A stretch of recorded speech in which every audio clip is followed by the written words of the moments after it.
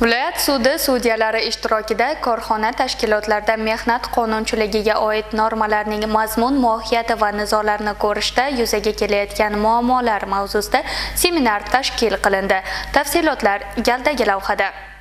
Mehnat munosabatlari. Bugun bu tushuncha har bir korxona, tashkilotda ish beruvchi va xodim o'rtasidagi jamoa shartnomasi asosida yuzaga keladi va amal qiluvchi tartibdir.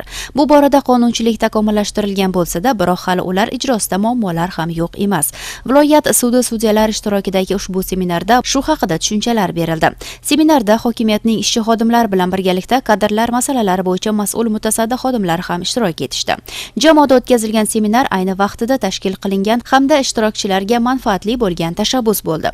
Boisi 2022-yil 28-oktyabrda O'zbekiston Respublikasining Mehnat kodeksi yangi tahrirda qabul qilinib, shunga muvofiq O'zbekiston Respublikasi Oliy sudi plenumining sudlar tomonidan mehnat shartnomasini bekor qilishni tartibga soluvchi qonunchilikni qo'llash amaliyoti to'g'risidagi yangi tahrirdagi qarori qabul qilinishi natijasida ish beruvchi va xodimlar o'rtasidagi mehnat munosabatlarida yangi qonun normalarini ular tomonidan qo'llashda ayrim tushunmovchiliklar yuzaga kelgan edi. Buning natijasida sudlarda ushbu toifadagi nizolar bir muncha ko'paydi. Xuddi shunday seminarlardan biri Navoiy viloyat endokrinologiya dispanserida ham tashkil etildi.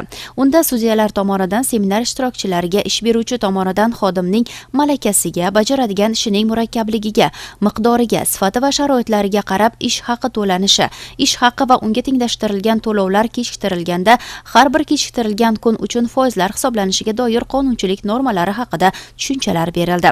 Shuningdek, ish haqi to'lash masalasida kelib chiqqan nizolarni tinch yo'l bilan hal qilish va kelib chiqishi mumkin bo'lgan nizolarning oldini olish maqsadida tavsiyalar berildi. Shuningdek, seminarda ishtirokchilarni qiziqtirgan savollarga javob berildi.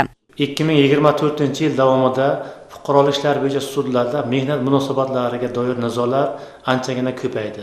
Shu sababli Navoiy viloyat sudi tomonidan korxona va tashkilotlarda mehnat munosabatlariga doir yig'ilishlar, seminarlar o'tkazish rejasi tasdiqlandi.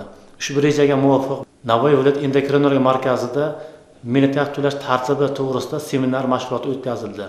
Ushbu seminar mashg'ulotda o'tkazishdan asosiy maqsad ishchi va xodimlarga mehnat to'lash tartibini tushuntirish, shu bilan birga ish beruvchining xodimlarga o'z vaqtida ish haqi to'lab berish mas'uliyatini oshirish nazarda tutilgan. Seminar kelgusida mehnat qonunchiligi normalarini ular tomonidan to'g'ri qo'llanishiga va sudlarda bu kabi nizolarni yuzaga kelishini oldini olishga xizmat qiladi.